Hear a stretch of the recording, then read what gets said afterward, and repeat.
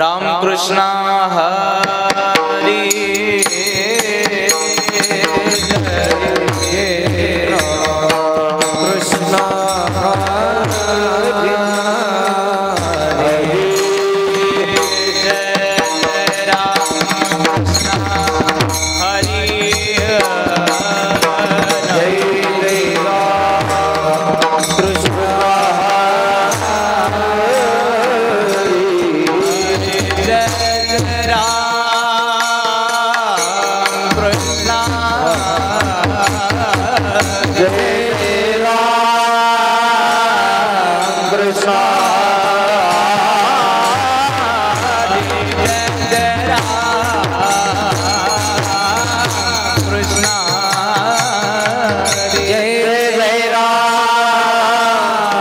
कृष्ण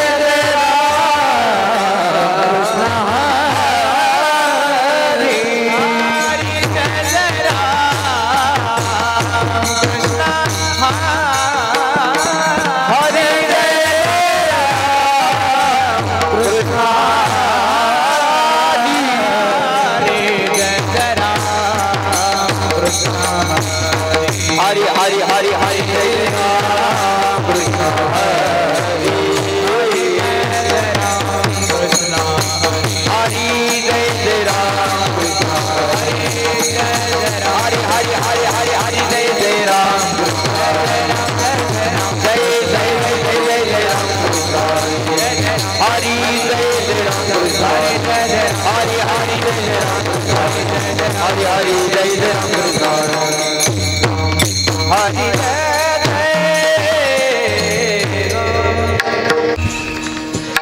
रूप पावता लोचनी लोचनी रूप पावता लोचनी लोचनी रूप पावता लोचनी रूप पावता लोचनी सुखदाने वो सासनी सुखदाने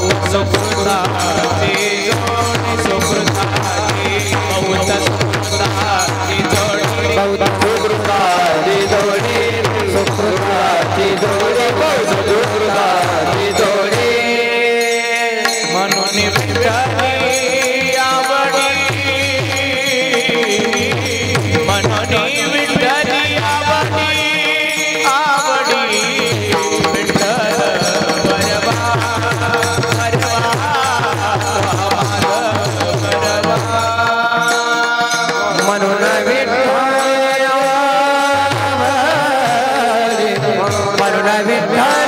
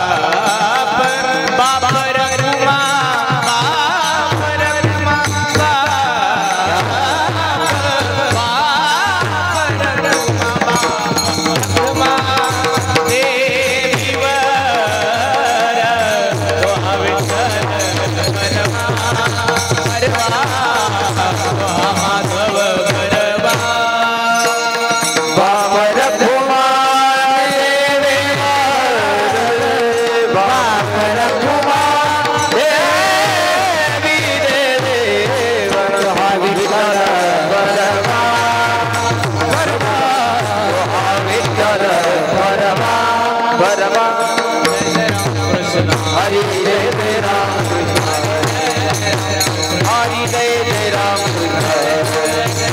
हरि जय जय राम हरि जय जय राम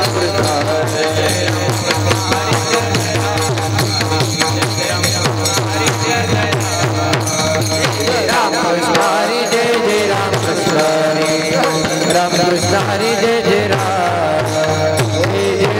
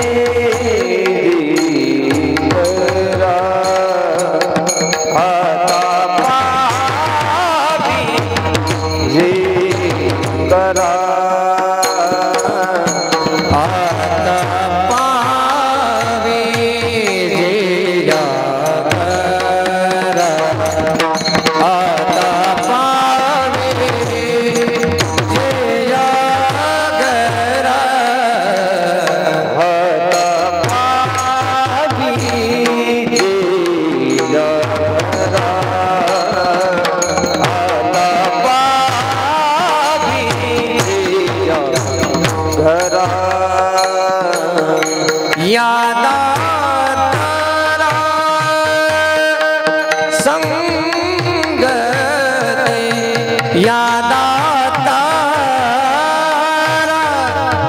संगति चरणावरे देव निभाता चरणावरे देव निभाता यादाता संगति यादाता संगति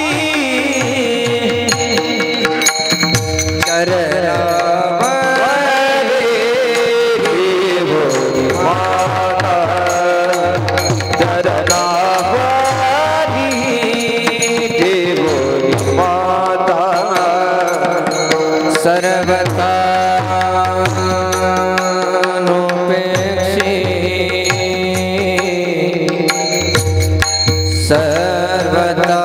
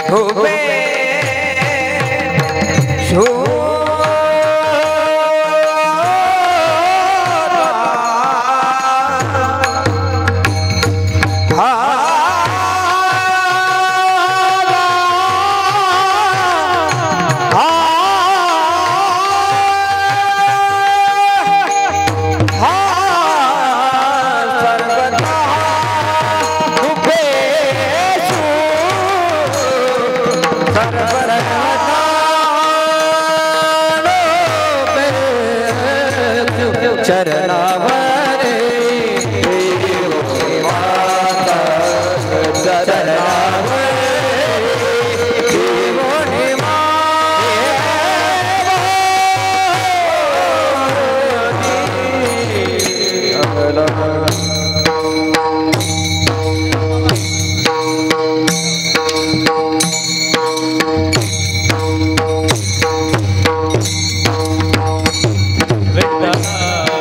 Vindana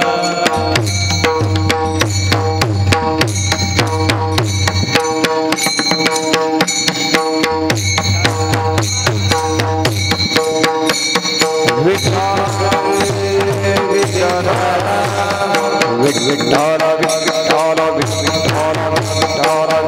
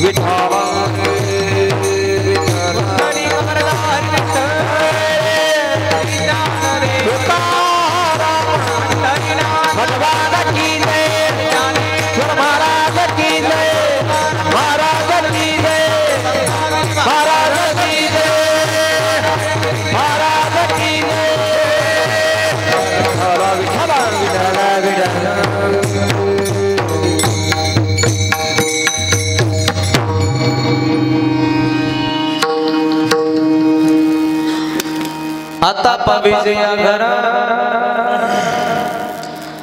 आता विजया घरा या दातारा संगती चरणावरी ठेवणी माथा सर्वता अपेक्षी येतो नित्य तवरी आता नाही सत्ता तुझयाची चरणावरी ठेवणी माथा सर्वता अपेक्षी तुका म्हणे चक्रपाणी तुका म्हणे चक्रपाणी शिरोमणी बळियांचा चरणावरी ठेवणी माता सर्वता अनुपेक्षी समचरण सरोजम सांद्र नीलांबुधा जगन्नीत पाणी मंडनं मंडनं तरुण तुलसी माला कंदरम कंजनेत्रम सदयदवलहासं विठ्ठलं चिन्तया योऽन्त प्रविश्य मम वाचमिमां प्रसुप्तां सञ्जीवयति किलधर शक्तिसुधाम्नाम् अन्यं शास्त्राचरणश्रवणत्वगादिं प्राणां नमो भगवते पुरुषाय स्तुभ्यं ज्ञानेशं ज्ञानमूर्तिं च साक्षात् प्रेम स्वरूपिणं नामदेवं दयामूर्तिनाथं वन्दे पुनः पुनः वैराग्यस्य परमूर्तिदेवं क्षेत्रनिवासिनं तुकाराम महाराष्ट्र भक्तराज चतुष्टयं गंगा विशुद्धं नितपादस्पर्शं सर्वेष्टितं चुम्बितं पुण्यस्थानं सराले स्थितं तं समाधिस्थमूर्तिं नमामि गंगागिरि योगिराजं ज्ञान वैराग्य भक्ति स्वरूपं सदा अलंकृतं साधु संन्यास योगं मुखे यस्य वेदांत शास्त्रार्थ नितिं नमो नारायण गिरिजि ब्रह्म स्वरूपं गुरुर्ब्रह्मा गुरुर्विष्णु गुरुर्देवो महेश्वरा गुरु साक्षात् परब्रह्म तस्मै श्री गुरुवे नमः श्री गुरुचरण सरोज रज निज मन मुकुर सुधारी वरणौ रघुबर विमल जसु जोदायक फलचारी बुद्धिहीन तनु जानिके सुमेरो पवन कुमार बल बुद्धि विद्या हरे कलेश विकार प्रभु के चरणों में सदा पुनि पुनि करूं प्रणाम ऐसी माया तारी रे मेरे प्रियतम श्याम वचन ऐका कमलापत वचन ऐका कमलापती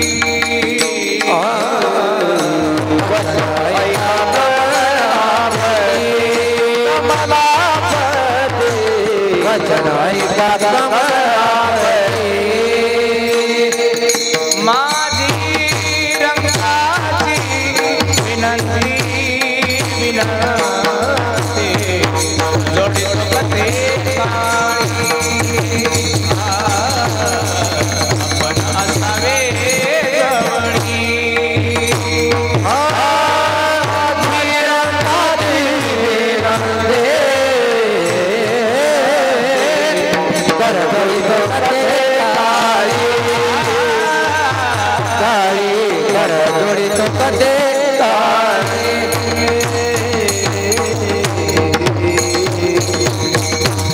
वचन ऐका कमलापती माझे रंगाची विनंती कर जोडितो कथे काळी आपण असावे जवळी मस्तक माझा पायावरी या वारकरी संतांच्या सेवे लागी सेवक झालो तुमच्या लागलो निज चरणा अहो जी स्वामी तुकया देवा यावरी न करावा अभेरू आता पाविजे या घरा आता पाविजे या घरा या दातारा संगती चरणावरी ठेवून माथा सर्वतः अनुपेक्षी साधू संतांच्या पदस्पर्शाने पावनपुढे झालेल्या महाराष्ट्राच्या मातीला वंदन करू कैवल्य सम्राट चक्रवर्ती श्रीमंत श्री ज्ञानोबराय जगद्गुरु श्री तुकोबराय योगीराज सद्गुरु श्री गंगागिरीजी महाराज स्वानंद सुख निवासी ब्रह्मलीन सद्गुरु श्री नारायणगिरीजी महाराज व सकल वारकरी संतांच्या ठिकाणी साष्टांग प्रणिपात करतो आणि कीर्तन सेवेला सुरुवात करतो।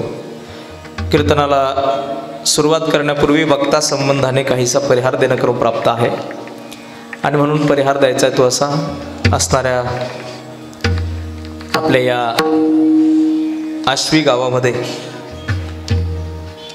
तालुका संगमनेर जिल्हा अहमदनगर असलेलं हे महाराष्ट्राच्या कानाकोपऱ्यापर्यंत पोहोचलेलं आश्वी गाव आणि या आश्वी गावात असणारा गायकवाड परिवार या गायकवाड परिवारातील एक ज्येष्ठ सदस्य आज आपल्यात नाही त्यांना आपल्यातून जाऊन आज 1 वर्ष पूर्ण होत आहे। जिला आई म्हटलं झालं जिला माय म्हटलं जातं जिला मायेचं सागर म्हटलं जातं जिचा असल्यानंतर आम्हाला एक आधार असतो असं एक व्यक्तिमत्व अशी एक माय खरं तर आपल्यातून या ठिकाणी आज नाही आहेत। कैलासवासी सौभाग्यवती सुनीता राजेंद्र गायकवाड यांना आज आपल्यातून जाऊन 1 वर्ष पूर्ण होतंय। 1 वर्षापूर्वी खरं तर नियतीच्या नियमापुढे माणसाला जाता येत नाही असं म्हणतात आणि तसाच काही हा प्रसंग त्यांच्या वर ओढवला। असं म्हटलंय बघा मरण हे माणसाला वरदान आहे बरं का मरण हे माणसाला वरदान आहे पण ते एका विशिष्ट वेळेत आल्यानंतर वरदान आहे। जावं तर प्रत्येकाला लागतंय आलंय कोण राहण्यासाठी इथे प्रत्येकाला तर जायचंच ना दादा एक ना एक दिवस माणसाला जायचंय। महाराज म्हणतात शरीराची होय माती एक ना एक दिवस माणसाला मृत्यूलोक सोडायचा आहे पण एक तो मृत्यूलोक सोडत असताना एक विशिष्ट काळ मर्यादा वेळ मर्यादा आयुर्मय्यार मर्यादा त्या मर्यादेला धरून जर आयुष्याचा शेवट होत असेल तर तो शेवट होत असताना आमच्या अंतःकरणाला तेवढंसं दुःख होत नाही तेवढासा घात होत नाही। परंतु एक दुर्दैवी प्रसंग खरं तर या गायकवाड परिवारावर या ठिकाणी हा 1 वर्षापूर्वी ओढवला। कैलासवासी सुनीताताईंना रोड अपघातामध्ये या ठिकाणी देवआज्ञा झाली। आपलं जीवन अत्यंत प्रामाणिकपणे कृषी क्षेत्रामध्ये कृषी सहाय्यक म्हणून जीवन जगत असताना कष्टाळू जीवन जगत असताना 2 वर्षापूर्वी 1 वर्षापूर्वी सरकारने राबवलेल्या नवीन योजना आणि त्या योजनासाठी आपलं जीवन समर्पित करणारे कर्मचारी बरं का आणि मग प्रत्येक शेतकऱ्याला प्रत्येक त्या गरिबाला सरकारने दिलेल्या त्या योजनेचा व्हावा लाभ आणि तो लाभ व्हावा म्हणून असे काही प्रामाणिक माणसं झटले पळले धावपळ केली आणि त्याच एक प्रामाणिक कर्मचाऱ्यामध्ये असणारी आमच्या सुनीताताई कामावर असताना साईटवर कार्यरत असताना रस्त्यावर जाताना येताना झालेला हा अपघात आपल्या सर्वांना संपूर्ण ज्ञात आहे आणि त्या अपघातामध्ये आलेलं हे दुर्दैवी त्यांना मृत्यू काळाने त्यांच्यावर घातलेला घाला आज 1 वर्ष त्यांना जाऊन पूर्ण होतंय। जीवन जर प्रामाणिक होतं तर नक्कीच सद्गती प्राप्त झालेलीच आहे असं वेगळं सांगता येणार नाही कारण जीवाच्या ठिकाणी परमार्थ शिकवत असताना संतांनी हाच परमार्थ शिकवला संत असं म्हणतात, मंदिरात जाऊन कोणी परमार्थ केला म्हणजे काय परमार्थ होतो असं नाही. कामामध्ये काम काही म्हणा राम राम असा सुद्धा परमार्थ केला जातो. आणि सकल संत मालिका जर पाहिली तर प्रत्येक संताचा परमार्थ हा मंदिरात जाऊन कधी नव्हता. प्रत्येक संताचा परमार्थ हा घरी आपल्या आपल्या कामामध्ये होता. आणि म्हणून असं जर जीवन त्यांचं होतं तर नक्कीच परमेश्वराच्या चरणी त्यांना सद्गती प्राप्त झालेलीच आहे. त्यांच्या परिवाराच्या वतीने या ठिकाणी केला जाणारा हा संबंध विधी गायकवाड परिवार, त्यामध्ये त्यांचे पती, त्यांचे भाऊ, त्यांचे सासरे, त्यांचा मुलगा, त्यांची मुलगी, त्यांचे पुतणे, त्यांचे जावई, त्यांचे दीर, त्यामध्ये त्यांचे पती श्री राजेंद्र बाळासाहेब बाळकृष्ण गायकवाड, त्याच्यानंतर त्यांचे सासरे श्री बाळकृष्ण भाऊराव गायकवाड गुरुजी, त्याचबरोबर त्यांचे वडील आदरणीय श्री ओमकारराव नामदेव भवर आणि त्यांचे बंधू, आमचे सन्मित्र, राहता तालुका बाजार समितीचे सदस्य श्री देवेंद्र ओमकारराव भवर यांच्या माध्यमातून या ठिकाणी येण्याचा योग आहे. त्याच्यानंतर त्यांचा संबंध परिवार, त्यामध्ये पुरुषोत्तम बाळकृष्ण गायकवाड त्यांचे दीर आहेत आणि त्यांचे दादासाहेब ओमकारराव भवर त्यांचे बंधू आहेत. त्यांची मुलगी आहे सौभाग्यवती सुजलताई, त्याच्यानंतर त्यांचे जावई आहेत श्री मंदार, त्याच्यानंतर त्यांचे चिरंजीव प्रतीक पुरुषोत्तम गायकवाड, त्याच्यानंतर पुतणी, त्याच्यानंतर त्यांचे चिरंजीव ऋषिकेश दादा आणि त्यांची पुतणी कुमारी वैष्णवीताई आणि संबंध गायकवाड परिवार, सगळे सोयरे नातलग आप्तेष्ट मित्र परिवार, आपण सर्व मंडळी या ठिकाणी हा विधी संपन्न करतोय. आणि देवाकडे जाता जाता एक प्रार्थना या ठिकाणी आपण मंडळी करणार आहोत की देवा, आमच्यातून गेलेल्या ताईंना तुझ्या चरणाजवळ तू जागा दे.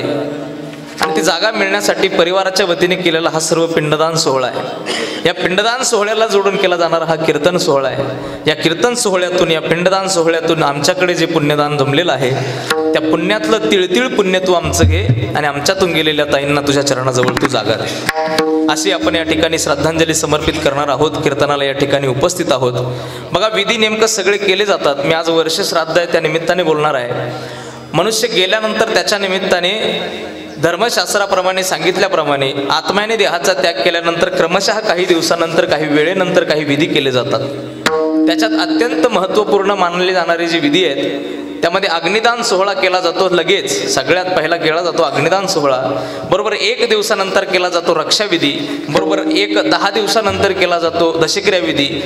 13 दिवसानंतर केला जातो 13वा आणि प्रत्येक महिन्याला केला जातो मासिक श्राद्ध.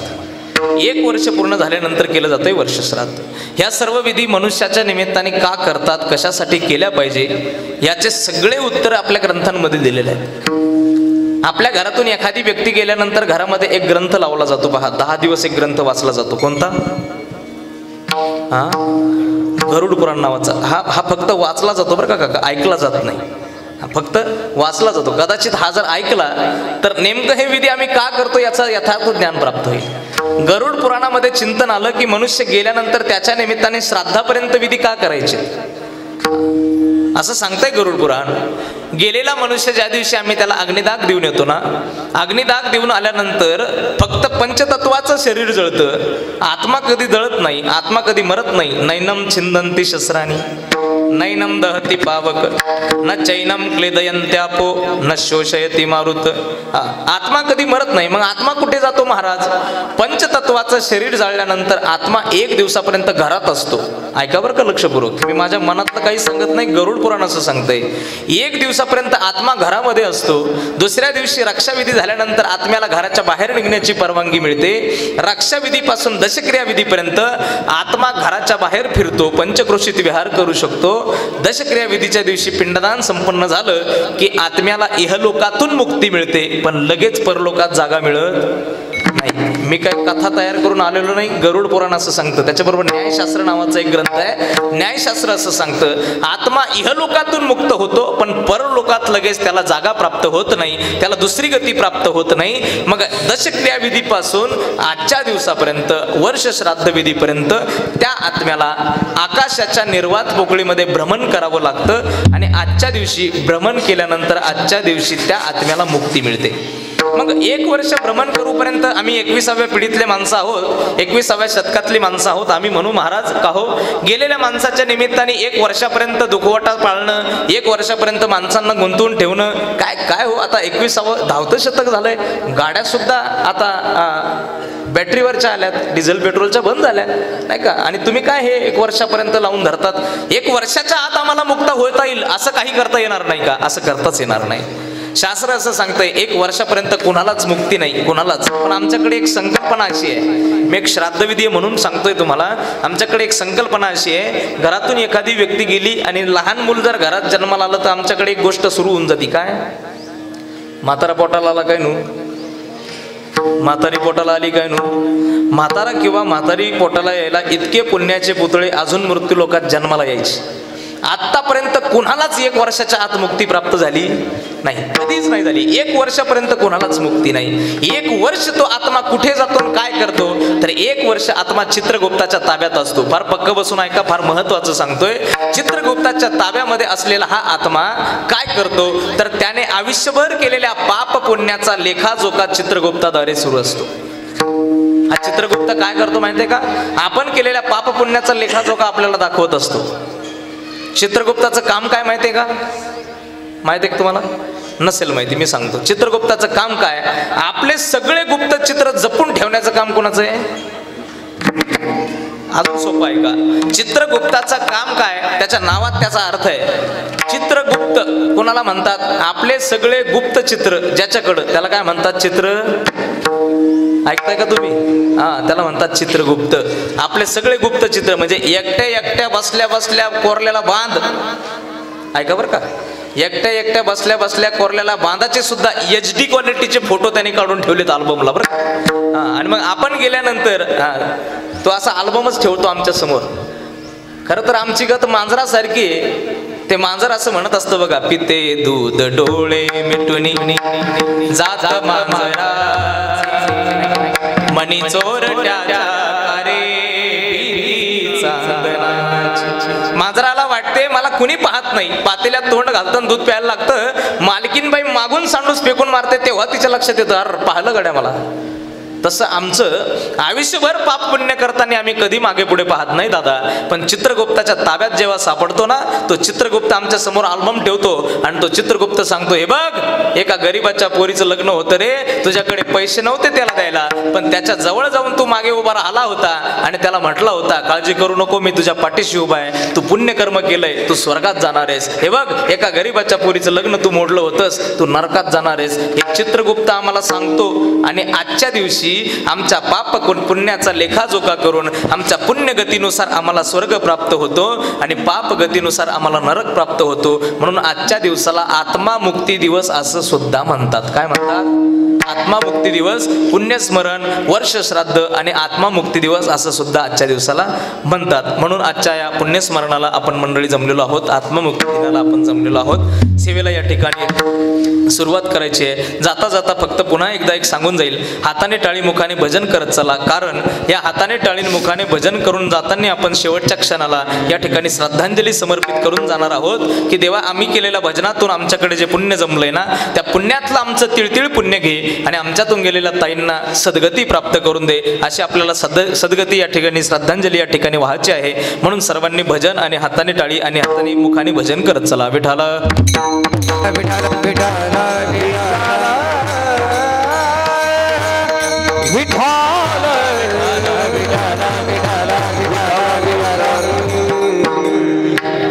मृत्यू लोकात जन्माला आलेला प्रत्येक जीव सुखाचा भोगताय. प्रत्येक जीवाला सुखाची अपेक्षा आहे. मला सांगा, तुमचं आमचं सकाळी उठल्यापासून झोपेपर्यंत रात्री जे चालतं ते कशासाठी चालतं आणि काय चालतं? म्हणजे दिवसाची रात्र, रात्रीचा दिवस, काळ्याचा पांढरं, पांढऱ्याचं काळं, गोल्याचं वाटोळं, वाटोळ्याचं गोल, ह्याची टोपी त्याची टोपी, ह्याच्या दोघांच्या आपल्या, हे सगळं आपण कशासाठी करतो? कशासाठी करतो? मला वाटतंय आपण हे सुख प्राप्तीसाठी करतो. प्रत्येकाला वाटतंय मला सुख मिळावं. माऊली असं म्हणते कोणालाच वाटत नाही मज लागी दुःख व्हावे ऐसे कोणी न भावे दुवे भावे जीवे.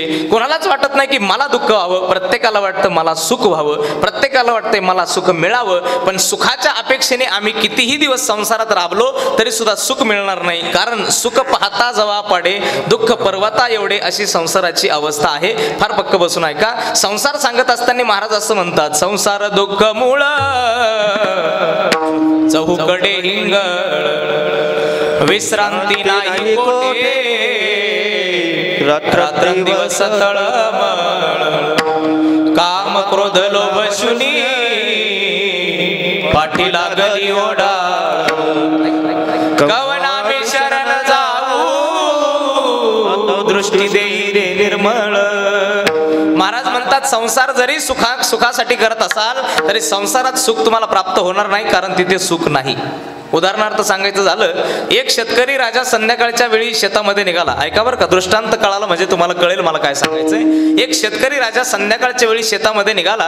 गाडी घेऊन तो शेताच्या कडेला गेला. रस्त्याला त्याने गाडी लावली आणि गाडी लावून तो शेतात बारे बदलण्यासाठी उतरला. ऐका बारे बदलत होता. बारे बदलता बदलता त्याला 8:30 वाजून गेले आणि 8:30 वाजता त्याच्या लक्षात आलं की आता आपण घरी गेलं पाहिजे. आपल्याला बायकोनी सांगितलं होतं की लवकर घरी या म्हणून. त्याने मोटर बंद केली. गाडीपर्यंत गेला. गाडीवर बसला. गाडीला किक मारली आणि गाडी चालू झाल्यानंतर त्याने ॲक्सिलेटर फिरवलं. उजव्या बाजूला जी मूठ असते त्याला ॲक्सिलेटर असं म्हणतात. ते ॲक्सिलेटर फिरवलं तर सहज त्याचं हाताकडे लक्ष गेलं तर येत्या वेळी घरून येत्या वेळी त्याच्या हातामध्ये 1 तोळ्याची अंगठी होती. पण आता गाडीवर बसल्यानंतर ती अंगठी त्याच्या हातात नव्हती. त्याच्या हातात अंगठी नव्हती. अंगठी कुठंतरी गळून पडली. त्याच्या लक्षात आलं की अंगठी कुठंतरी गळून पडली. बारे बदलताना अंगठी कुठंतरी माझी पडली. पण हुशार होता. त्याने काय केलं गाडीला जशी किक मारली गाडी चालू केली. सरळ गावात आला आणि गावात येऊन रस्त्याच्या कडेला जे स्ट्रेट लाईट लावलेले असतात ना रस्त्याला त्या स्ट्रेट लाईट खाली एका पोल खाली त्याने गाडी उभी केली. गाडी स्टँडला लावली. खाली उतरला आणि त्या प्रकाशामध्ये तो अशी माती चापसायला लागला. बरं का माती चापसायला लागला.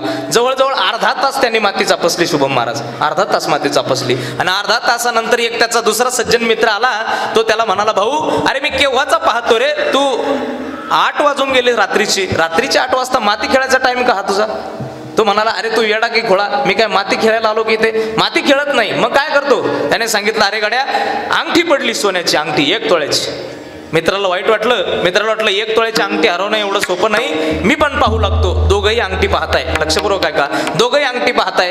अंगठी पाहून अर्धा तास झाला. नंतर आलेल्या मित्राने आता प्रश्न केला मला सांग अंगठी नेमकं पडली कुठे. काय म्हटला तो अंगठी नेमकं पडली कुठं सांग ना.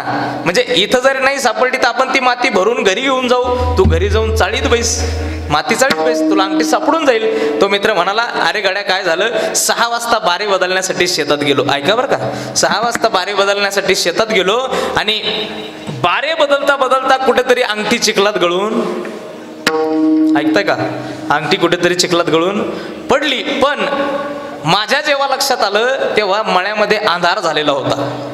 मग मी विचार केला अंधारात कशाची सापडते आता अंगठी. म्हणून उजेडात आलो आणि उजेडात सापडतोय.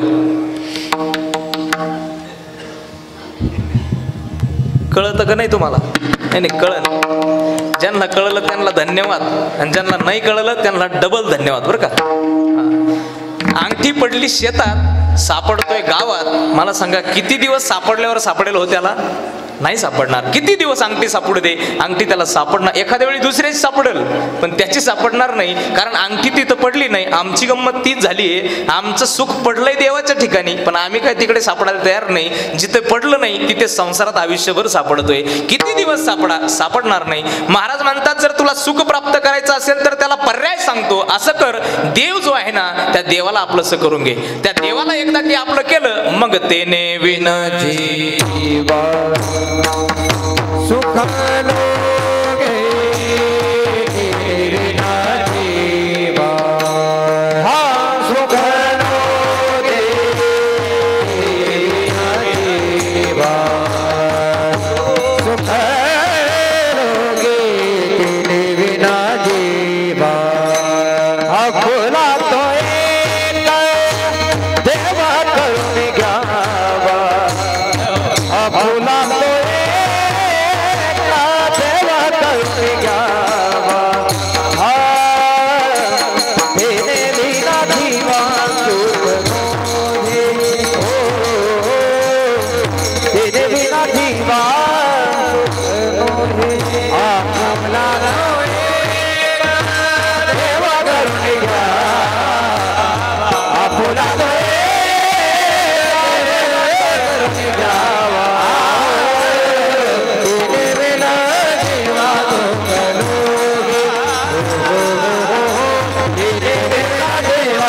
सुख दोगी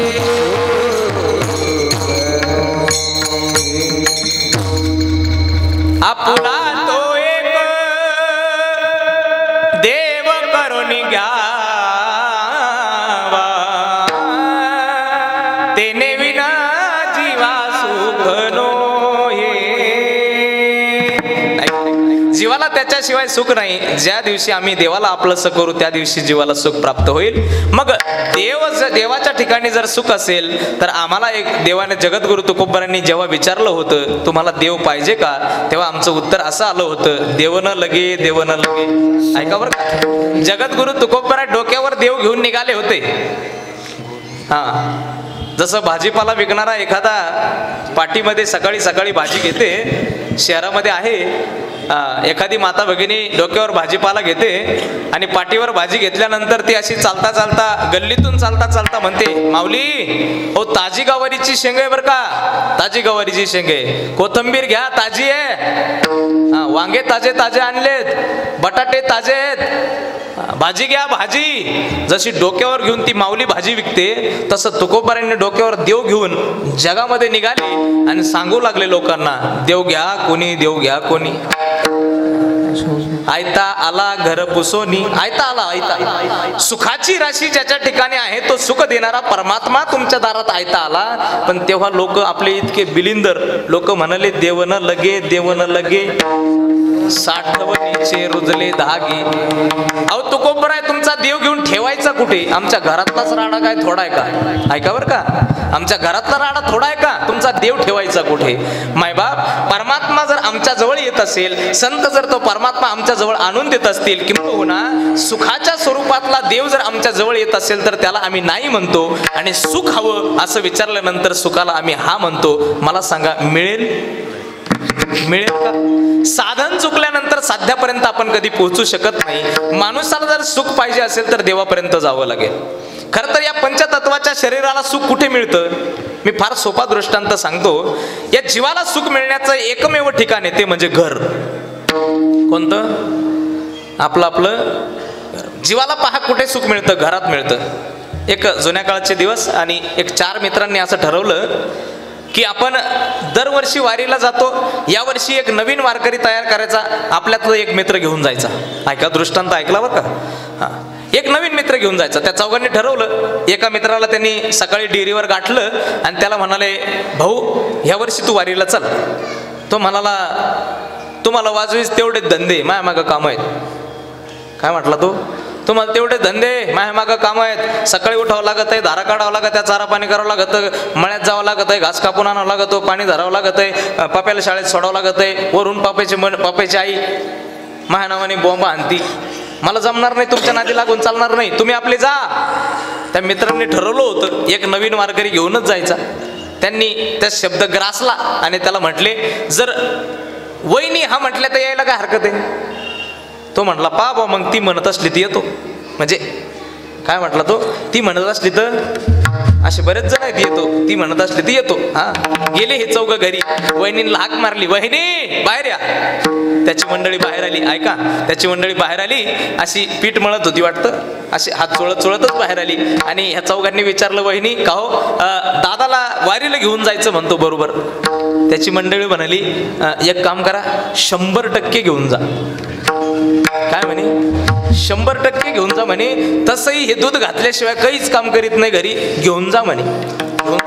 मंडळीची परवानगी मिळाली. आता नाही म्हणण्याची सोय राहिली नाही. चौथ्या दिवशी वारी निघणार होती. आता हे 4 वारकरी तयार झाले होते. आता याच्या मंडळीना कपडे धुवून इस्त्री करून बॅग बिग भरून ठेवली. चिवडा करून दिला, लाडू करून दिले. दिंडीत जर भूक लागली तर खाऊन घ्यावा म्हणून बॅग बिग भरून दिली महाराज. आणि दिंडी निघाली. तुम्हाला सांगतो दिंडी निघाल्यानंतर असा बरं दिंडीत जर तुम्ही गेलेले असला तर तुमच्या लक्षात येईल दिंडीत चालणारा वारकरी म्हणजे कुठल्याच गोष्टीचा विचार करत नाही. तो चालत असताना फक्त चालण्याचा आणि भजनाचा विचार करतो. जिथे पंगत बसेल तिथे चौकदारांनी शिट्टी दिली की तो पंक्तीला बसतो, कुठे असू द्या तिथं लगेच बसून घेतो. बरं पंक्तीला बसल्यानंतर दिंडीत काय असं नाही, पत्रवळी आली म्हणजे भात येत नाही, भात आला म्हणजे आमटी येत नाही, आमटी आली म्हणजे शिरा येत नाही, सगळं आलं तर वारं सुटतं, लहराडे असतात. वारं सुटलं म्हणजे सगळी माती आपल्या पत्रवळीत. पण वारकरी असा असतो, माती बाजूला सारणार, 4-2 घास पोटात टाकणार आणि पुढे चालणार. हे वारकऱ्याचं लक्षण. पण हा काय ह्याचा वारकरी राव, हा काय ह्याचा वारकरी, याला असा वायता घ्यायचा. असं जर झालं ना, इतका वायता घ्यायचा, इतका वायता घ्यायचा, याला वाटायचं ती बॅग घ्यायची, बॅग गाडीतून घ्यावा आणि घरी निघून जावा. पण मग घरी गेल्यानंतर गावातले लोक काय बरे पाहणार आहे का? गावातले लोक म्हणणार झाली का वारी, चालले 4थ्याच दिवशी माग. मग गावाच्या लोकांच्या भेन हा पुढं पंढरपूरकडं. असं याला निघाला पंढरपूरला, 4था दिवस उगला, 5वा दिवस उगला. वरून कधी कधी मी म्हणायचं ऊन, नंतर पाऊस पडायचा, पुन्हा ऊन पडायचं, पुन्हा पाऊस पडायचा. इतका वैतुगून गेला, इतका वैतुगून गेला. दशमीच्या दिवशी पंढरपूरला पोहोचला. दृष्टांत फक्त समजून घ्या. दशमीच्या दिवशी पंढरपुरात पोहोचला. पंढरपुरात पोहोचल्यानंतर या चौघांचा नियम होता की आपण पांडुरंगाच्या दर्शनाला जायचं, दशमीच्या दिवशी बारीला लागायचं, एकादशी दिवशी दर्शन घ्यायचं आणि दुसऱ्या दिवशी घरी निघून यायचं. हे चौघ त्याला म्हणाले, दादा एक काम कर, बॅग ठेवून दे, आपल्याला वारीला जायचं, आपल्याला दर्शनाला जायचं, बारीला लागायचं. त्याने असे हात जोडले. ते म्हणाला, भाऊ बाय 15 दिवस तुम संग आलो, आता तुम्ही आपले बस, आता सोडून द्या भाऊ मला, तुम्ही आपले जा, मी आपलं इथं थांबवतो खोलीत. त्यांनी खोलीत थांबून घेतलं. ते चौघ मित्र गेले. आता गेल्यानंतर याने काय केलं, दशमीच्या दिवशी संध्याकाळी प्रसाद घेऊन आला, बॅगेत घालून ठेवला. एकादशी दिवशी पहाटे 4ला उठला. 4ला कितीला? पहाटे 4ला एकादशी दिवशी सकाळी उठला. अख्खा महाराष्ट्र पंढरपूरच्या दिशेने चालला बरं का, अख्खा महाराष्ट्र पंढरपूरच्या दिशेने चालला. पठ्ठ्या 4 वाजता पहाटे पंढरपुरातून घराच्या दिशेने निघाला. एस टी स्टँडवर येऊन उभं राहायला गठुडं घेऊन, अशी बॅग घेऊन एस टी स्टँडवर आला. जवळजवळ त्यांनी संगमनेर गाडी पाहिली. संगमनेर गाडीमध्ये घुसायला जागा नाही. कसा बसा घुसला. मागून एक जणांनी दरवाजा असं लुटून दिला. असं डोक्यावर बॅग घेऊन करमाळ्यापर्यंत तसाच आला. करमाळ्यात त्याला बॅग ठेवायला जागा भेटली. नगरमध्ये त्याला बसायला जागा भेटली. नगरमधून बसला. त्याच्यानंतर महाबळेश्वरपर्यंत गाडी आली, लोणीपर्यंत गाडी आली. लोणीला गाडी आल्यानंतर जवळ 8 वाजून गेले. तिथून गाडी बदलली, दुसऱ्या गाडीत बसला. आश्वीमध्ये आला. आश्वीमध्ये येऊस्तोवर 8:30 वाजून गेलेले होते. 8:30 वाजता तुम्हाला सांगतो गावात चित म्हणता पाखरू नव्हतं. अंधार पडलेला होता. इजा लव करीत होत्या. पाऊस मी म्हणत होता. पाऊस धो पाऊस पडत होता. सकाळपासून पोटात अन्नाचा कण नव्हता. मोबाईलची बॅटरी उतरून गेलेली होती. आणि आता एस टी स्टँडवरून, आश्वीच्या बस स्टँडवरून त्याला 4 किलोमीटर वस्तीवर जायचं होतं, चिखलतुडीत. गठुडं डोक्यावर घेतलं. दृष्टांत ऐका. डोक्यावर गठुडं घेतलं आणि चिखलतुडीत तुडीत राम राम राम राम म्हणत म्हणत म्हणत म्हणत कसा तसा निघाला. चिखलामध्ये जाता जाता चपला तुटून गेल्या. गुडघ्यापर्यंत चिखलात पाय भरून गेले. कसा बसा घरी वैतागाने घरी गेला. ऐका, घरी पोहोचला. आणि घरी पोहोचल्यानंतर त्यांनी घराच्या कोपऱ्यामध्ये असा दरवाजा उघडा आणि घराच्या कोपऱ्यामध्ये असा नियम धरला, बॅगीचा नियम. डोक्यावर बॅग होती ना, असा नियम धरला महाराज. आणि असा नियम धरल्यानंतर घरातल्या कोपऱ्यामध्ये तिने अशी बॅग फेकून दिली. बॅग काय केली? फेकून दिली. बॅग फेकली. अंगावरचे वल्ले कपडे काढले. ऐका, वल्ले कपडे काढून टाकले. स्वच्छ हातपाय स्वच्छ धुतले. कोरड्या कपड्याने अंग पुसलं. ओरडे कपडे पुन्हा अंगावर घातले. घरातल्या कॉटवर येऊन बसला आणि मंडळीला हाक मारली, मला तांबर पाणी आण. मंडळीनं घरात गेली. तांब भरून पाणी घेतला. तिला वाटलं पंढरपूरचं दर्शन घेऊन आले. तिला काय माहिती हे बिलिंदर एकादशी दिवशी मागं फिरलं होतं. तिनं तांब भरून पाणी आणलं, त्याच्या हातामध्ये दिलं. त्यांनी 1 लिटरचा तांब्यात जे तोंडाला लावला, गाठ गाठ गाठ गाठ गाठ गाठ गाठ पिऊन टाकला. सगळा पिऊन टाकला. सगळा तांब्या पिला. पाण्याचा तांब्या बाजूला ठेवला. आणि बाजूला ठेवल्यानंतर त्याच्या तोंडातून एक शब्द निघाला. तो शब्द फार महत्वाचा आहे. त्याने असा तांब्या बाजूला ठेवला आणि तो असं म्हणाला, सुटलो कडे एकदाचा. काय म्हटला? सुटलो म्हणला. आता माझे 2 प्रश्न आहे. त्या 2 प्रश्नावर आपल्या कीर्तनाची बैठक आहे. पहिला प्रश्न आहे, हा निघाला कुठून होता? नाही, पंढरपुरातून नाही निघाला. हा निघाला कुठून? घरून निघाला होता. कुठून निघाला होता? घरून निघाला होता. आणि कुठं पोहोचल्यानंतर सुटकेचा निश्वास सोडला? घरी पोहोचल्यानंतर. ऐका, पंचतत्वाच्या या शरीराला दगडा मातीच्या घरातून निघाल्यानंतर पुन्हा दगडा मातीच्या घरात जसं समाधान मिळतं, तसं या आत्मतत्वाला, देवापासून निघालेल्या आत्मतत्वाला देवापर्यंत पोहोचल्यानंतर समाधान मिळतं. आणि ते घर कोणतं? ते घर जगद्गुरु तुकोबराय अभंगाच्या पहिल्या चरणात सांगतात, तिथपर्यंत जा, देवाच्या संगतीने जा.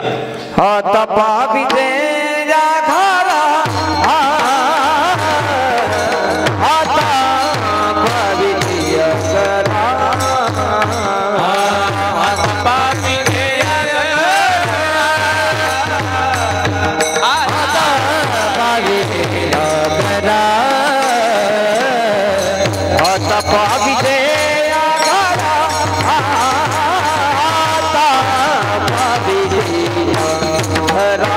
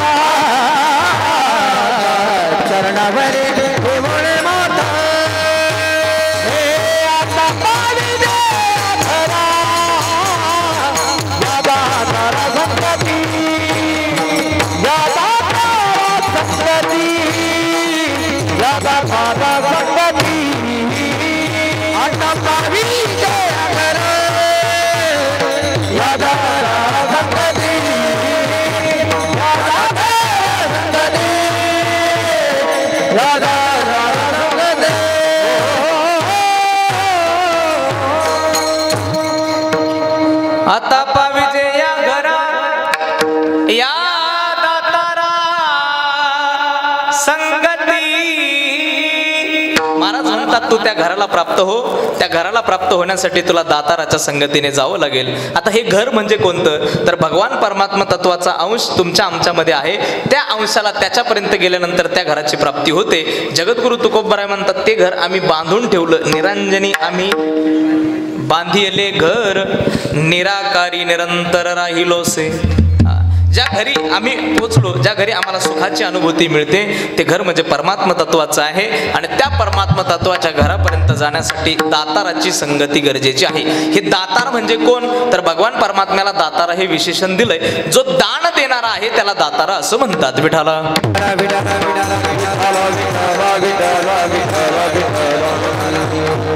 जगाच्या बापाने असं काय काय दान दिलं, देवाने तुम्हा आम्हाला काय दान दिलं तर सगळ्यात पहिलं दान दिलं जेने हा जीव दिला दान. सगळ्यात पहिलं दान त्याने दिलं, आम्हाला जीवदान दिलं. दुसरं दान त्याने दिलं, दिले इंद्रिय हात पाय कान डोळे मुख बोलाया वचन जेने तू जोडसी नारायण नासे जीवपणा भवरोग. दिले इंद्रिय हात पाय त्याने आम्हाला दान दिलं, जीवदान दिलं. दुसरं दान दिलं, दिले इंद्रिय हात पाय कान डोळे मुख बोलाया वचन. ऐका बरं का, परमात्म्याने एवढे सगळे दान आम्हाला दिले.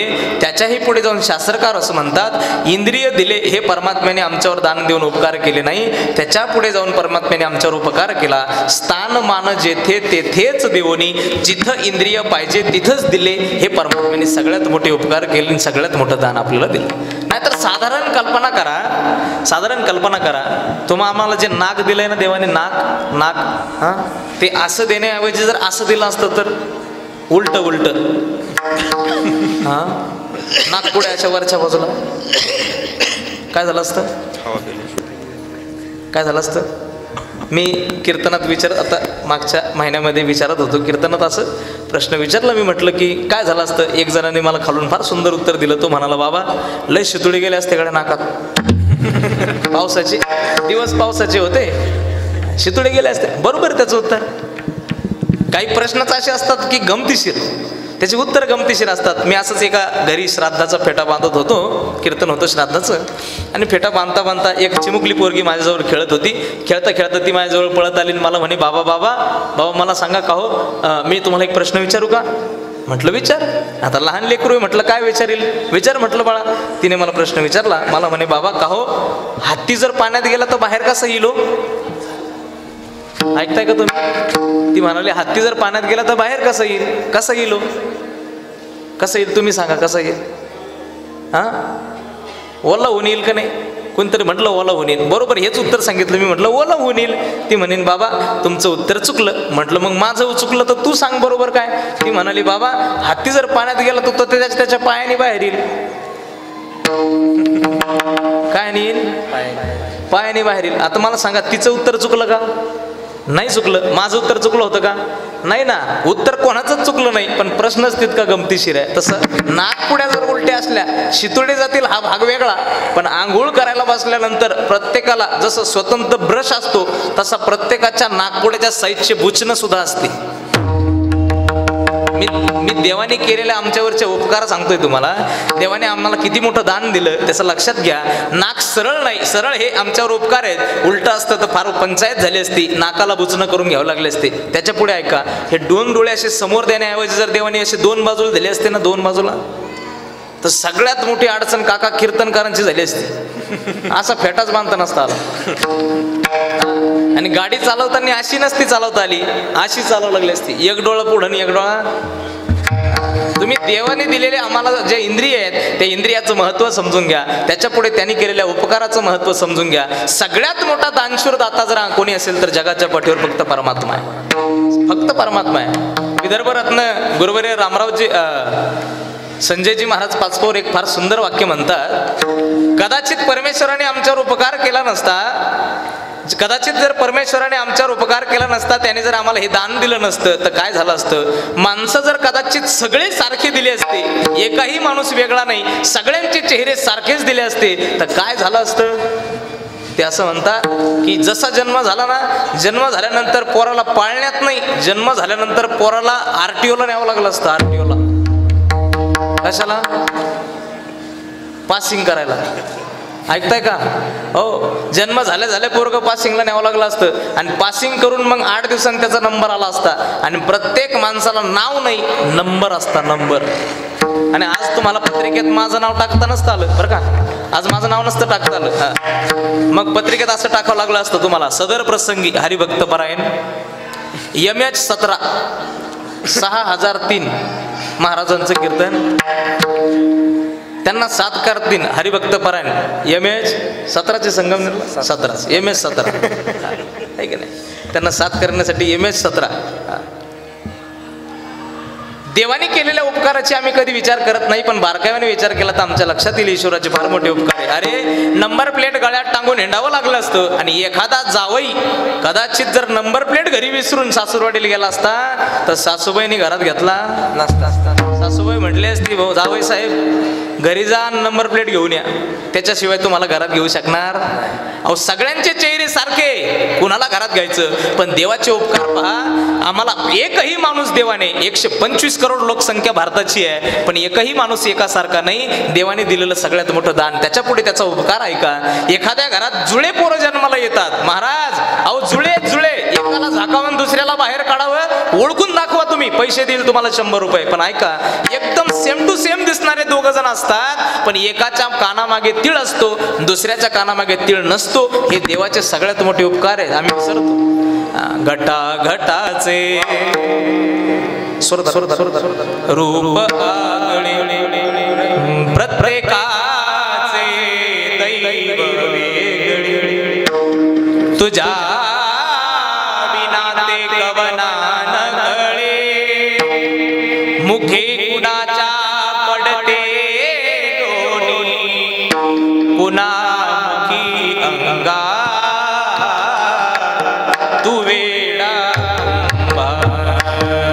विठ्ठला, तू वेडा फिरत्या चाकावरती देसी मातीला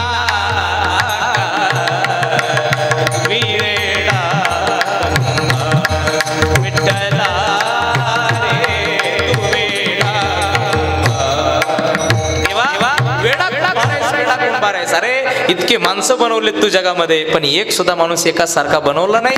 हे सगळ्यात मोठे उपकार देवाने केले. मी देवाचं दानशूरत्व सांगतोय.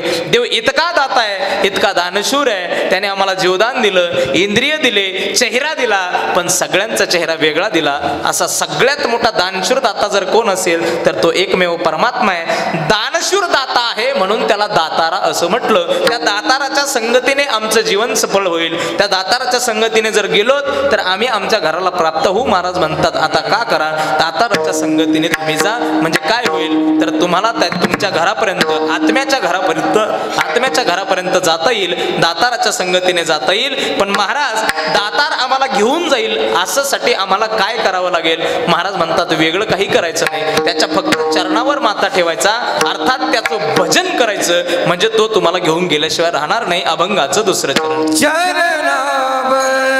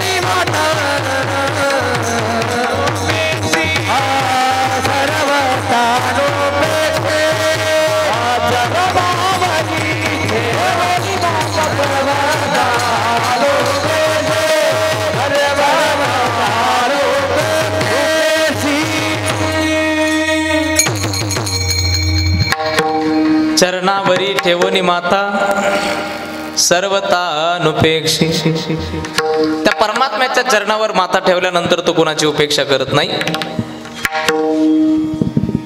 रामायणामध्ये फार सुंदर प्रसंग आहे. रामप्रभूंना वनवास झाला आणि रामप्रभू वनवासाला निघाले. वनवासाला निघालेले रामप्रभू कैकेयी मातेचं दर्शन घेऊन कौशल्याच्या दर्शनासाठी आले. वल्कल परिधान केलेले रामप्रभू वनवासाला निघाले. ऐका, वनवासाला निघालेल्या रामप्रभूंनी कौशल्या मातेचं दर्शन घेतलं, पायावर डोकं टेकवलं. कौशल्याने रामाचे खांदे पकडले. रामा, राघवा वनवासाला चाललास बाळा? रामप्रभू म्हणाले, होय मा, वनवासाला निघालो. कौशल्या माता रडू लागल्या. कौशल्या माता म्हणू लागल्या, रामा रामा, अरे तुला वनवासाला जायचं असेल रामा, पण मी सांगते रामा, वनवासाला जाऊ नकोस. का? कारण रामा, शास्त्र असं सांगतंय, जरी पुत्र झालिया वनवासी, अवश्य त्यागावे पित्यासी. भिक्षा मागोनी मातेसी, पोसावे संन्यास विधी शास्त्रोक्ते. रामा, तुला वनवासाला जायचंय तर मी तुला अडवणार नाही रामा, पण ऐक रामा, संन्यास विधी शास्त्रविधी असं सांगतोय, तुला वनवास जरी झाला असेल रामा, एखाद्या वेळी तू गुरुला त्याग, एखाद्या वेळी तू राज्य त्याग रामा, एखाद्या वेळी तुझ्या जन्मदात्या बापाला तू त्यागू शकतोस रामा, पण रामा संन्यास विधी आईला त्यागायला सांगत नाही, आईची सेवा करायला सांगतो. जरी पुत्र झाली या वनवासी अवश्य त्यागावे पित्यासी, पित्याला त्याग, भिक्षा मागोनी मातेसी पोसावे संन्यास विधी शास्त्र. आईला एवढं महत्व दिलंय दादा. आईचं महत्व असं सांगितलंय की सगळ्यांना त्यागलं तर चालेल पण आईला त्यागलं नाही पाहिजे. का माहितीये का? कारण जगामध्ये मला असं वाटतंय जगामध्ये एकुलतं एक शास्त्राने आईला महत्व दिलंय. अरे वेद सुद्धा म्हणतो सगळ्यात पहिलं मातृदेवो भव. सगळ्यात पहिलं वाक्य वेदाने आईचंच घेतलं. किंबहुना जगद्गुरु तुकोबराय सुद्धा जिथे जिथे देव आईचं वडिलांचं वर्णन करतात तिथे जगद्गुरु तुकोबराय काय म्हणतात, आपुल्या हिता जो असे जागता धन्य माता, आधी बर का धन्य माता आणि मग पिता, पिता हा धन्य माता पिता. किंवा शास्त्रामध्ये पेक्षा अजून जर तुम्ही काही एखाद्याच्या कवीचं एखादी जर कविता पाहिली तर त्या कवितेमध्ये सुद्धा बापाचं वर्णन कमी आणि आईचं वर्णन जास्त आहे. का? कारण आईचा त्याग सगळ्यात जास्त आपल्यासाठी असतो. विठाला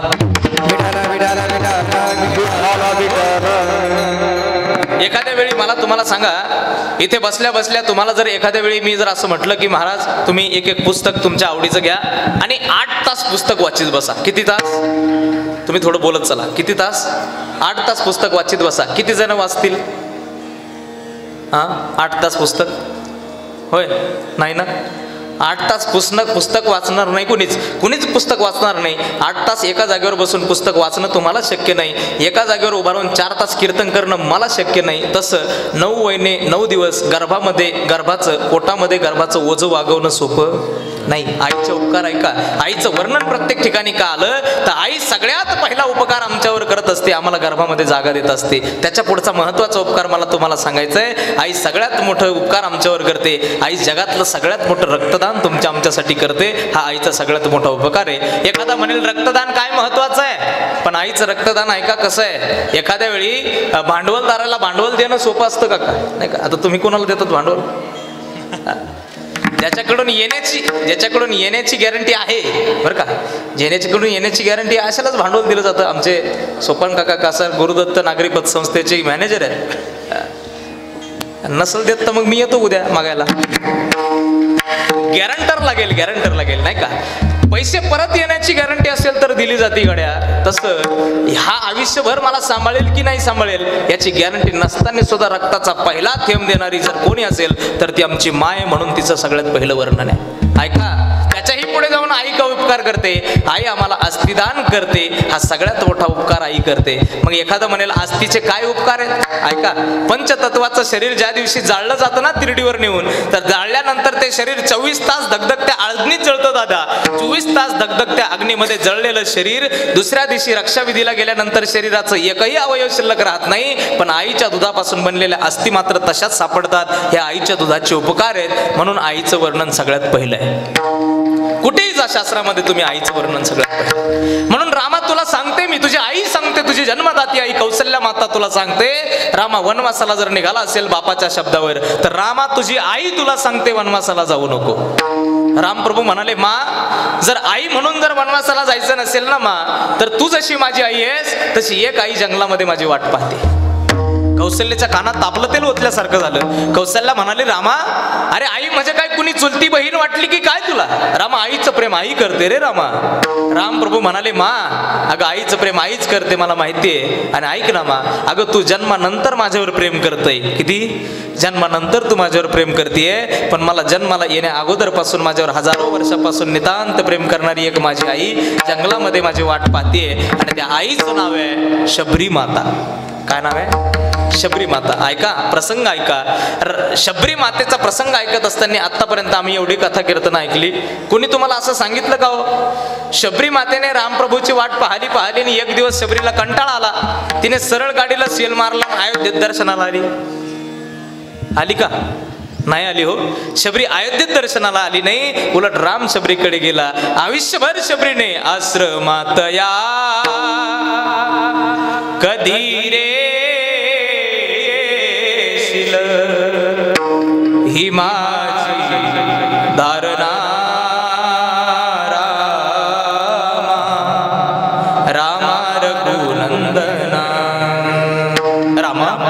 कधी येशील रे रामा, रामा कधी येशील माझ्या आश्रमात, किती दिवस वाट पाहायची रे मी रामा. रोज शबरीने उठायचं, मी न अहिल्या शापित नारी, दिन रामाची वेडी शबरी, दिन रामाची वेडी शबरी, वेडी शबरी तुझ्या पदाचे अखंड चिंतन ही माझी धारणा.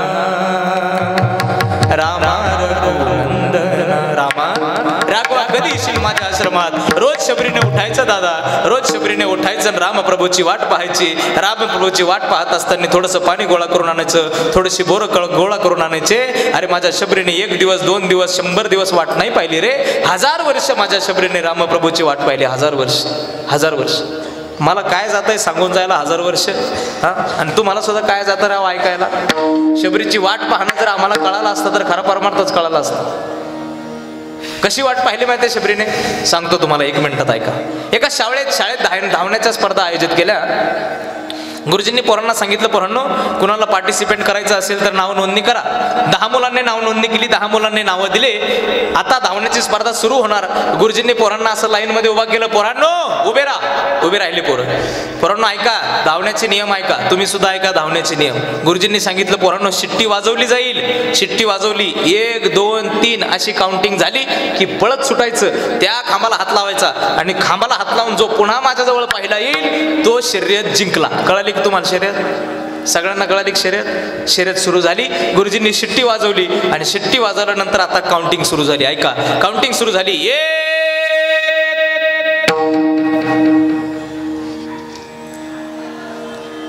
2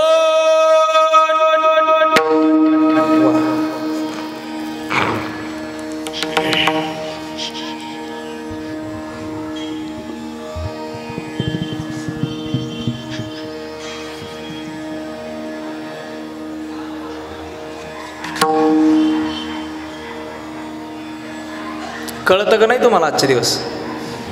नाही कळलं ना? तुम्हाला कळलं नाही म्हणूनच आमचं बरं चालू आहे. ऐका आता, ऐका आता, ऐका.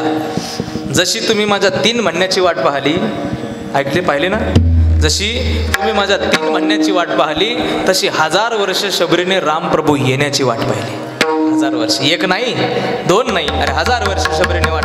अरे 3 म्हणायला एवढासा उशीर झाला मला, एवढासा. हा, तरी सुद्धा बरेच जण मागून म्हटले असते, नाही यार हा काही सरला का, याला सांगा 3 राहिला नाही.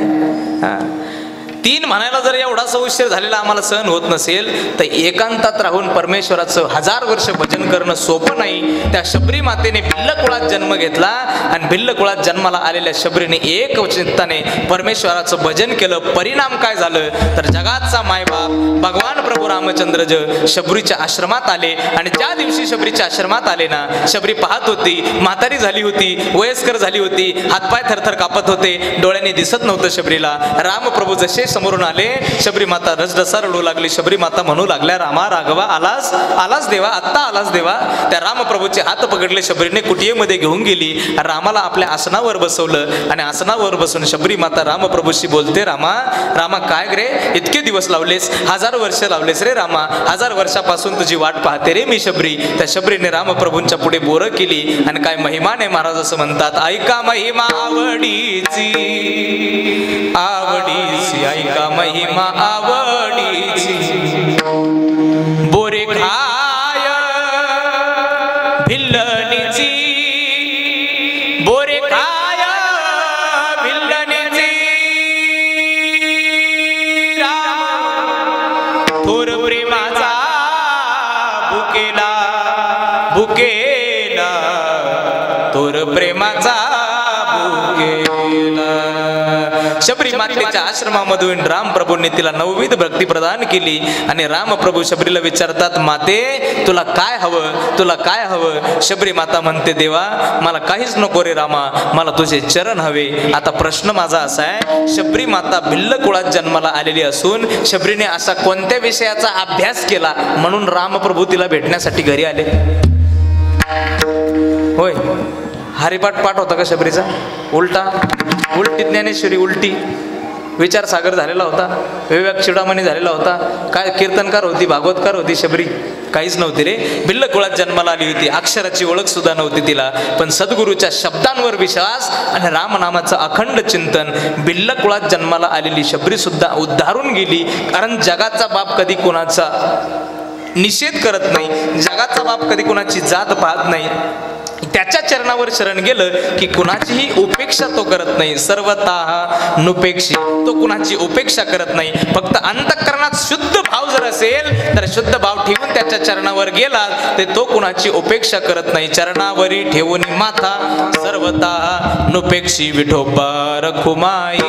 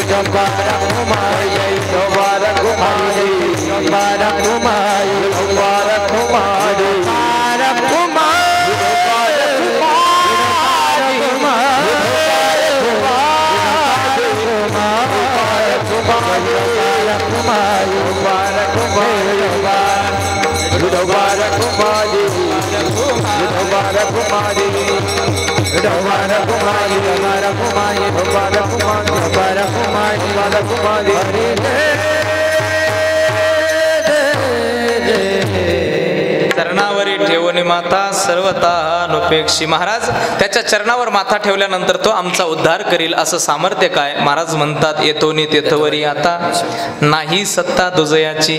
या जगावर, या मृत्यू लोकामध्ये दुसऱ्या कोणाची सत्ता नाही. या जगावर फक्त आणि फक्त एकमेव सकल सत्ताधीश परमात्मा आहे. कारण त्याच्या सत्तेशिवाय काही चालत नाही. चाले हे शरीर कुणाची सत्ते, कोण बोलविते हरिविन किंवा तुझी ये सत्तेने. वेदासी बोलने तुझी ये सत्तेने, वेदासी बोलने सूर्यासी चालने तुझी ये बळे. सूर्यासी चाल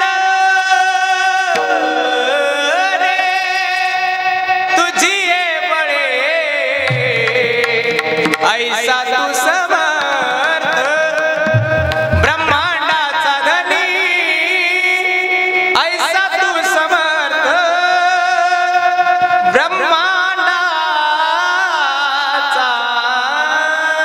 धनी. जगाचा बाप जर कोणी असेल, नायक जर कोणी असेल, चालवणारा बोलवणारा जर कोणी असेल तर तो एकमेव परमपिता परमात्मा आहे. त्याची ओळख महाराज सांगतात अभंगाच्या शेवटच्या चरणामध्ये. तुका माने चक्रपाणी, तुका माने चक्रपाणी, शिरोमणी बडियाचा, शिरोमणी बडियाचा. तुका माने चक्रपाणी, तुका माने चक्रपाणी, शिरोमणी बडियाचा, शिरोमणी बडियाचा. तुका माने चक्रपाणी,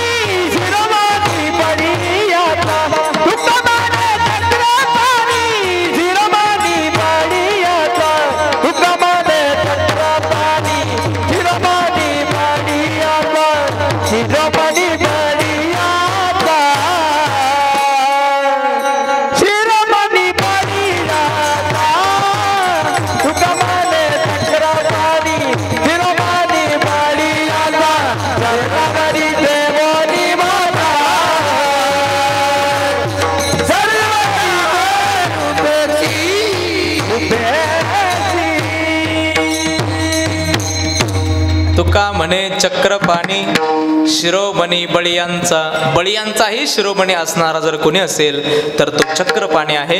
पाणी हा संस्कृत शब्द आहे. पाण्याला संस्कृत पाणी शब्दाला मराठीमध्ये हात असा अर्थ होतो. म्हणून हातात आहे चक्र ज्याच्या असा जो तो चक्र पाणी, त्याला जगाचा बाप जगाचा नायक असणारा तो आहे. म्हणून तुका म्हणे चक्रपाणी शिरोमणी बळीयांचा. त्याच्या संगतीने आपल्याला आपल्या आत्मतत्वाच्या खऱ्या घरापर्यंत जाता येतं. म्हणून काय करा तर चरणावरी ठेवोनी माथा सर्वता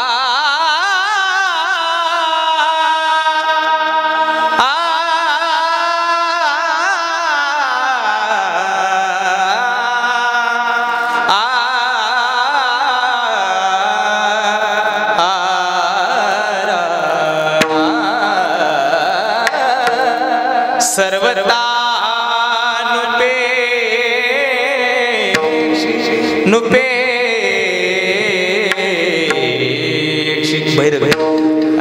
तुका म्हणे चक्रपाणी शिरोमणी बळीयांचा चरणावरी ठेवोनी माथा सर्वताह नुपेक्षी.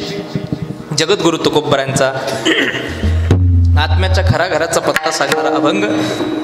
या अभंगातून जगद्गुरु तुकोबराय या जीवाला उद्धारून जाण्यासाठी, परमात्मा तत्वापर्यंत जाण्यासाठी अत्यंत सोपा आणि संसारिक मार्ग अभंगातून सांगतात. झालेली सेवा भगवत चरणी समर्पित करायची आहे. सेवेला पूर्ण विराम द्यायचे. चुकले असेल बुद्धीचे दोष, बरोबर असेल संतांचा कृपा प्रसाद आहे. माझ्याही जीवनामध्ये कैलासवासी सौभाग्यवती सुनीताताईंना श्रद्धांजली समर्पित करण्याचा योग आहे. आपणही सर्व मंडळी सगळे सूर्य नातलग आपतेष्ट मित्र परिवार, गायकवाड परिवार आणि भवर परिवार या दोनही परिवारचे सर्वच सगळे सूर्य नातलग आपतेष्ट मित्र परिवार या ठिकाणी आपण श्रद्धांजली समर्पित करण्यासाठी जमलेलो आहोत. सर्व दुःखांकित एकच श्रद्धांजली आपण ईश्वराच्या ठिकाणी या ठिकाणी वाहणार आहोत की देवा, आमच्यातून गेलेल्या ताईंना त्यांच्या जीवनामध्ये त्यांनी कुठल्याही पद्धतीचा वाईट काम कधी केलं नाही. समाजसेवा करत असताना आपलं जीवन या ठिकाणी समर्पित केलं आणि त्यांचं आयुष्य मर्यादा आयुर्मर्यादा जेवढी पण होती तेवढं आयुष्य जगत असताना चांगल्या पद्धतीचं आयुष्य आपल्या मुलाला सुसंस्कारित, मुलीला सुसंस्कारित करत करत आपले जीवन जगत एक शेवट त्यांचा या ठिकाणी झाला.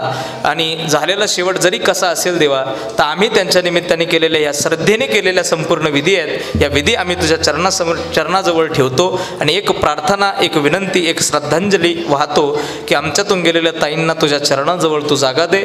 आणि त्या जागा मिळण्यासाठी कुठे त्यांचं पुण्य कमी पडत असेल देवा, आम्ही केलेलं जे पुण्य आहे त्या पुण्यातलं आमचं तिळतिळ पुण्य तू घे आणि आमच्यातून गेलेल्या ताईंना तुझ्या चरणाजवळ जागा दे, अशी या ठिकाणी श्रद्धांजली समर्पित करतो. सर्वांच्या वतीने श्रद्धांजली समर्पित करतो. सिव्हिल या ठिकाणी पूर्णविराम देतो. माझ्याही जीवनात श्रद्धांजली समर्पित करण्याचा योग आदरणीय वंदनीय आमचे परमार्थ स्नेही गुरुदत्त नागरी पतसंस्थेचे मॅनेजर आणि माझ्यावर अत्यंत पितृतुल्य प्रेम करणारे आमचे सोपान काका कासार एकरुकेकर त्यांच्या माध्यमातून या ठिकाणी येण्याचा योग आहे.